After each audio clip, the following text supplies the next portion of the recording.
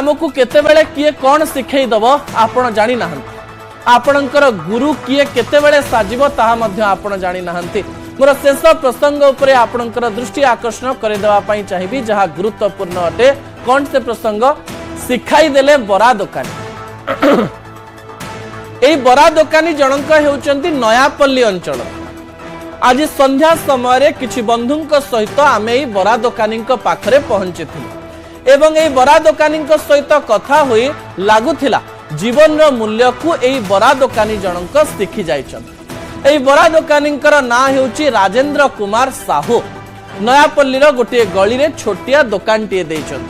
एवं एई दुकान रे तांको स्त्री मध्य काम करंती तांको मां मध्य काम करंती तांको बापा मध्य काम करंती तांकर कुनी पुओटे मध्य सेई स्थान रे बसी पाठ पढे पचारू पचारू जना पड़िला जे एई व्यक्ति जनक बा एई बरा दुकानी जनक मासको 30 रु 35 हजार टंका रोजगार करूचंती मोहरे खुशी थिला मु तांको पचारली जे बरा दुकान देई भी आपण खुशी अछंती कि व्यक्ति जनक कहिले जे मु 10वीं पास करिछि एवं ड्राइविंग सिखिछि बापा मध्य पूर्वरु गोटिए बेसरकारी चाकरी करुथिले एवं मो भौणीर देह खराब बेले 2 दिन बापा ऑफिस को न जिबारो तांकर बॉस तांको बहुत पार्टी करथिले एवं असम्मानित करथिले मते मध्य गोटे चाकरी रे सेपरी असम्मानित करा जायथिला मु भाबिली व्यापार ठारू बड़ आउ किछि नाही निजे बरा दुकान कली एवं बरा दुकान करी कम टंका रोजगार करिबी आमे राजा भली बंचुचु आमे निज इच्छा रे बंचुचु कहा उपरे आमको डिपेंडेंट हबा पाई पडु नाही कहार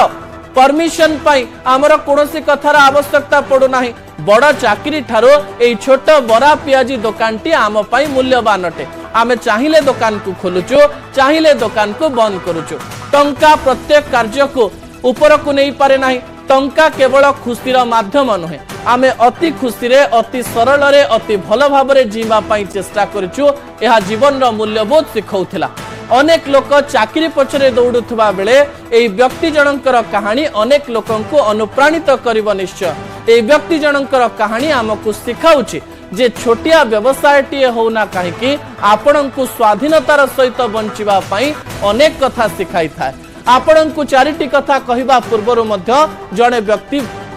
चिंता करिवो स्वाभिमान सहित बंचिबा पाई आपण को निजर कार्य करिबा पाई पड़िबो या को गोटे एंटरप्रेन्योर कहा जाई परिबो नाही कि बरा दुकानी कहि एई व्यक्ति जन को मु असम्मानित करिबा पाई चेष्टा करू नाही किंतु जीवन रे खुशीर मूल्य को आपणक निकट रे रखिबा पाई जाउची जहा मते अनेक कथा सिखैथिला दर्शक बंधु असल कथा को एठी रखुची आसंता काली राति 8 रे आपणक सहित पुणी देखा हेबो रहुची नमस्कार।